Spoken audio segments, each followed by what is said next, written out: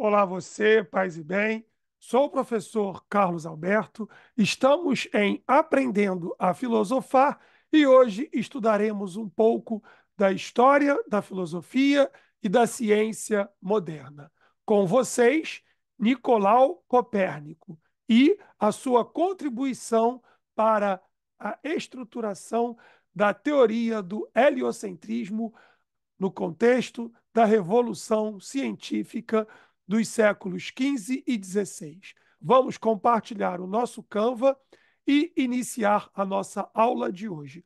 Antes de tudo, claro, peço que você deixe o seu like, o seu joinha e, se você ainda não for inscrito em nosso canal, se inscreva e acompanhe o nosso trabalho. Todo sábado temos uma nova videoaula aqui em Aprendendo a Filosofar.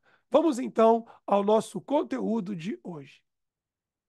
Esse é o nosso primeiro Canva, onde eu apresento para vocês Nicolau Copérnico, que viveu de 1473 a 1543. Então, trataremos de um homem, um grande pensador, que viveu no mundo da alta renascença e também da revolução científica. Aqui eu coloco para vocês, claro, o sistema heliocêntrico, que para a gente hoje parece tão óbvio e evidente, mas na história do pensamento não foi sempre assim que foi entendido. No mundo antigo prevalecia, e no mundo medieval também, a ideia de Ptolomeu, a ideia de Aristóteles e, claro, também as concepções geocêntricas que a Bíblia nos leva a pensar, como, por exemplo, no livro de Josué, sexto livro da Bíblia, capítulo 10, quando ali acontece uma narrativa bíblica em que o povo hebreu está em confronto contra um dos povos cananeus. E ali, no capítulo 10 de Josué, Deus faz o sol parar para que o dia se estenda e o povo hebreu vença os inimigos cananeus. Claro que isso é uma visão do mundo mais antigo. Hoje se entende a Bíblia como um documento de verdades teológicas, mas não necessariamente como um livro de verdades científicas. Mas a época de Copérnico não era bem assim que se entendia o mundo e também as relações com a astronomia. Bom, coloco aqui para vocês essa tela, que eu acho muito bonita, em que nós temos o astrônomo Copérnico conversando com Deus. É uma obra do século XIX de Jan Matejko, que é considerado o maior pintor polonês na história das artes. E aqui a gente vai ter, só para a gente poder entender um pouco mais, né? Copérnico falando, conversando com Deus. Aqui temos também os seus instrumentos de observação. Copérnico está como de joelhos, porque ele era um religioso, ele era um sacerdote, era um cônego da Igreja Católica, e é claro, como digo, um polonês, e aqui o seu modelo heliocêntrico que ele vai propor, que é o que nós vamos dar sequência hoje. Vamos lá. Desde a antiguidade, Aristarco de Samos, que já defendia a teoria do heliocentrismo, e Heráclides do Ponto, existia a proposta de que a Terra gira em torno do Sol. Só que essas teorias não eram as que eram as mais bem aceitas. Prevalecia a ideia de Ptolomeu, defendendo o geocentrismo, no início da era cristã, os textos bíblicos, também tinha uma questão religiosa, teológica, e, ademais, existia toda a filosofia de Aristóteles, que também defendia o geocentrismo e entendia a Terra no centro do universo, não só do nosso sistema solar, mas também do universo. Mas Nicolau Copérnico é quem vai ser considerado o fundador da moderna astronomia e um dos criadores da nova concepção de universo, desenvolvida pela ciência moderna e pela revolução científica. Nicolau Copérnico nasceu na Polônia. O seu tio era bispo da Igreja Católica.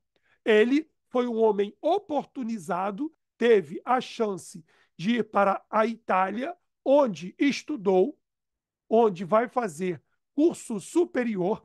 As universidades, bem sabemos, é uma construção do mundo medieval do período escolástico. Bom, ele estudou também em Cracóvia e depois na Itália, como eu apontei aqui para vocês. Ele era um sacerdote da Igreja Católica, isso também lhe deu a chance de poder estudar. Criticou o sistema geocêntrico de Ptolomeu, então universalmente aceito. Cabe lembrar que, no mundo moderno, ainda durante parte, pelo menos, do mundo moderno, a navegação científica se fundamentava no geocentrismo de Ptolomeu. Aparentemente, olhando para o céu, nós temos a impressão de que o Sol está girando em torno da Terra. Quando falamos que ao meio-dia o Sol está a pino sobre nossas cabeças, quando olhamos para o céu, temos a impressão de que é o Sol que está girando em torno da Terra. E isso foi defendido, repito, não só por Ptolomeu, mas também por Aristóteles e por algumas passagens bíblicas, sobretudo pelo livro de Josué, capítulo 10. Bom, ele criticou o sistema geocêntrico e vai propor um sistema heliocêntrico, inspirado no astrônomo Aristarco de Samos, que era um grego do período helenístico. Aqui eu coloco para vocês Nicolau Copérnico e o seu sistema heliocêntrico. Copérnico procurou demonstrar matematicamente, ele era um matemático, além também de filósofo, as hipóteses de que a Terra é redonda. Sabemos hoje que ela é arredondada e tem os seus polos achatados. Bom, e que ela girava em torno do Sol, através de um movimento uniforme. Também sabemos hoje que o movimento não é uniforme, mas em alguns momentos do ano ela está mais próxima do Sol e em alguns outros momentos um pouco mais distante também. Suas teorias encontraram forte reação, sobretudo por parte da Igreja. Em primeiro momento, por parte dos protestantes, luteranos e calvinistas, mas depois também da própria Igreja Católica. E das doutrinas da escolástica medieval, porque abalavam a visão tradicional do mundo concebido na Idade Média, colocando a Terra no centro do universo e o homem, a principal criação de Deus, no centro do universo, nessa Terra também criada por Deus. Isso vai trazer graves e profundas consequências políticas e religiosas para a ordem hierárquica então em vigor. A Revolução Copernicana, como foi depois repetidas vezes falada por Immanuel Kant, foi depois também realizada por Galileu Galilei, que vai tentar comprovar matematicamente a proposta de Nicolau Copérnico. Copérnico vai dizer aqui nessa obra que eu vou apresentar no final para vocês, que é a breve história da ciência moderna da editora Azar. Depois eu mostro com mais detalhes para vocês. Ele vai dizer o seguinte: no meio de todos encontra-se o Sol, heliocentrismo. Ora, quem haveria de colocar neste templo belo, entre os mais belos, um tal luzeiro? Se você aqui, quando eu digo luzeiro, lembrou do livro do Gênesis na Bíblia, não é acaso. Ele é um sacerdote católico, não esqueçamos disso. Em qualquer outro lugar melhor do que aquele de onde se pode iluminar todas as coisas ao mesmo tempo? Na verdade, não sem razão, ele foi chamado o farol do mundo por uns e, por outros, a sua mente. chegando alguns a chamar-lhe o seu governador.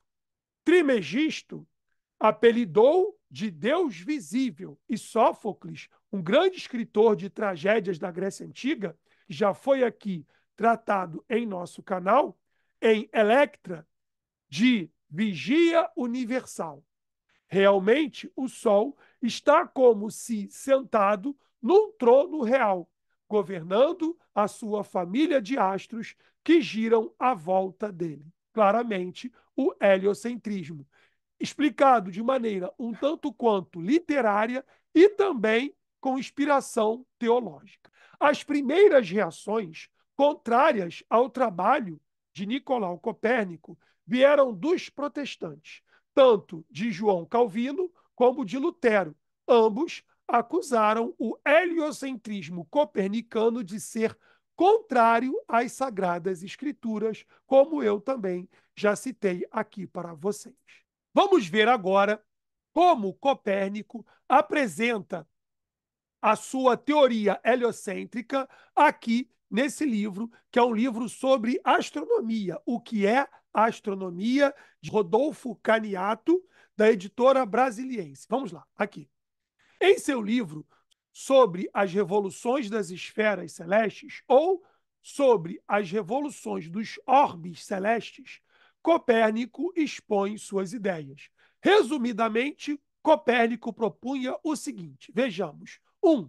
O Sol estaria no centro de todas as esferas que contêm os planetas e, portanto, no centro do universo. Então, ele não coloca o Sol no centro do sistema solar, mais ainda, coloca o Sol no centro do universo. Isso depois será corrigido, mas Copérnico está avançando, temos aqui clareza na sua posição científica. Bom, 2. A Terra seria o centro apenas da esfera da Lua. Ele está dizendo que a Lua gira em torno da Terra. Isso era uma novidade e é apresentada, é um avanço científico que nos dá Nicolau Copérnico. É uma boa contribuição de Copérnico. A Terra gira em torno do Sol, a Terra também gira em torno do seu próprio eixo, tá? Que é o movimento de rotação. Veremos agora aqui no tópico 3. Tanto o movimento diário do céu como o movimento anual do Sol sobre o céu aparentes resultam dos movimentos da Terra, ou seja, ele fala aqui de um movimento de rotação da Terra, a Terra girando em torno do seu próprio eixo, a Lua girando em torno da Terra e a Terra e a Lua, satélites, né, girando em torno do Sol. Ok? 4. A distância da Terra ao Sol, raio da esfera que contém a Terra, é muito pequena em relação ao tamanho da esfera das estrelas fixas. Aqui tem um pouco ainda da influência aristotélica, que também ele acreditava, né, a ideia aqui das estrelas fixas. Mas vemos aqui, nesses 4 tópicos, um grande avanço científico na revolução científica, contribuição de Nicolau Copérnico. Como o nosso canal tem uma proposta de preparar os nossos estudantes para o Enem, não será diferente. Hoje vamos fazer uma questão do Enem aqui de 2013, sobre, claro, trabalhando o nosso Nicolau Copérnico. É uma relação intertextual, trabalhando Da Vinci e Nicolau Copérnico. Vamos à questão. Depois de longas investigações, convenci-me, por fim, de que o Sol é uma estrela fixa, rodeada de planetas que giram em volta dela, e de que ela é o centro e a chama. Que, além dos planetas principais, há outros de segunda ordem que circulam primeiro como satélites em redor dos planetas principais, como a Lua, satélite da Terra, e com estes em redor do Sol. Não duvido de que os matemáticos sejam, da minha opinião, se quiserem dar-se ao trabalho de tomar conhecimento não superficialmente, mas de uma maneira aprofundada das demonstrações que darei nesta obra, a Revolução dos Orbes Celestes. Se alguns homens ligeiros e ignorantes quiserem cometer contra mim o abuso de invocar alguns passos da Escritura Sagrada, como eu apresentei aqui para vocês, a que torçam o sentido, desprezarei os seus ataques.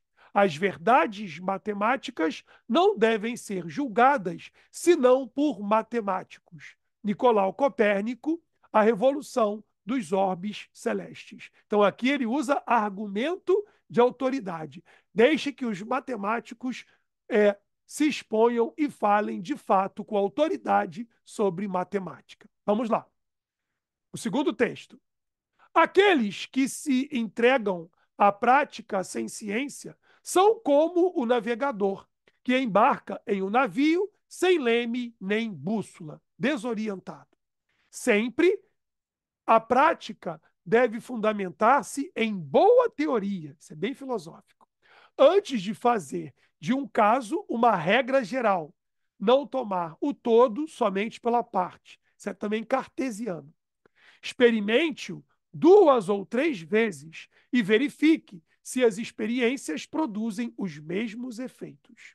Nenhuma investigação humana pode se considerar verdadeira ciência se não passa por demonstrações matemáticas. Leonardo da Vinci, em uma das suas cartas.